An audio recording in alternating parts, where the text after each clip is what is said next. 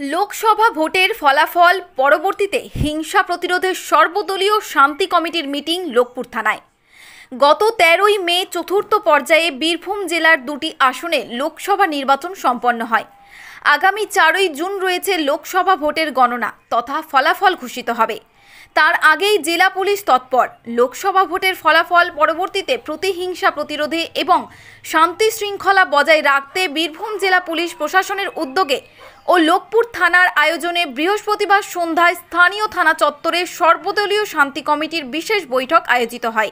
প্রসঙ্গত, বীরভূমের 42 নম্বর লোকসভা আসনে গত 13ই মে ভোট গ্রহণ সম্পন্ন হয়েছে। ফলাফল ঘোষণা হবে 4ই জুন। ভোট ফলাফলের পরবর্তী সময়ে বীরভূম লোকসভার অন্তর্গত লোকপুর থানা এলাকায় যাতে কোনো রকম অশান্তি ও বিশৃঙ্খলা সৃষ্টি না হয় সেই উদ্দেশ্যেই এদিনের এই বৈঠক বলে জানা গেছে। তৃণমূল কংগ্রেস, বিজেপি ও সিপিআইএমের নেতৃত্বের পক্ষ থেকে সকলেই এলাকার শান্তি শৃঙ্খলা বজায় রাখার জন্য পুলিশ প্রশাসনের সাথে সহযোগিতা করার প্রতিশ্রুতি ব্যক্ত করেন। পুলিশের পক্ষ থেকেও বার্তা দেন যে এলাকায় শান্তি শৃঙ্খলা বিঘ্নিত হলে পুলিশ প্রশাসন আইন মোতাবেক ব্যবস্থা নেবেন।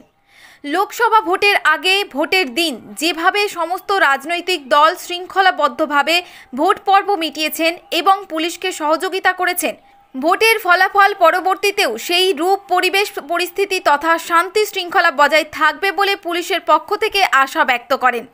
এদিনে সর্বদলীয় শান্তি কমিটির আলোচনা সভায় উপস্থিত ছিলেন ডিএসপি হেডকোয়ার্টার তহিদ আনোয়ার, চন্দ্রপুর সার্কেল ইন্সপেক্টর চয়ন ঘোষ, লোকপুর থানার ওসি পার্থ কুমার ঘোষ সহ অন্যান্য পুলিশ আধিকারিক ও বিভিন্ন রাজনৈতিক দলের নেতৃত্বগণ।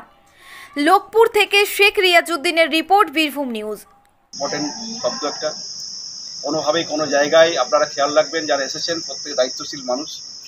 রাজনীতি আঙিনায় আপনারা নিজ নিজ দলের আপনারা মূল্যবান, আমাদের লোকপুর থানা এলাকার আমি ধরে নিচ্ছি, যেহেতু আপনারা এখানে প্রতিনিধি হিসাবে, কর্মকর্তা হিসাবে, দলের মূল ব্যক্তি হিসাবে এসেছেন। কোনোভাবেই যেটা আমার দলের ছেলে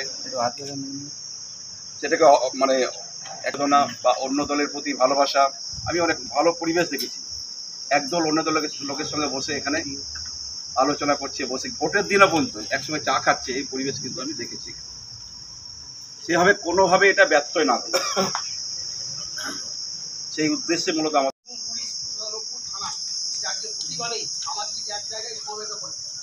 আমরা লোকপুর পুলিশ প্রশাসনকে ধন্যবাদ জানাচ্ছি। আর আমি সবারই কাছে অনুরোধ করবো যে ডাক্তার বললেন জয় পরাজয় স্বাভাবিক ব্যাপার, প্রত্যেকেই জয় পরাজয় হয়, খেলাতেও জয় পরাজয় আছে, ব্যবসাতেও জয় পরাজয় আছে। আচ্ছা, লোকপুর টিভি থেকে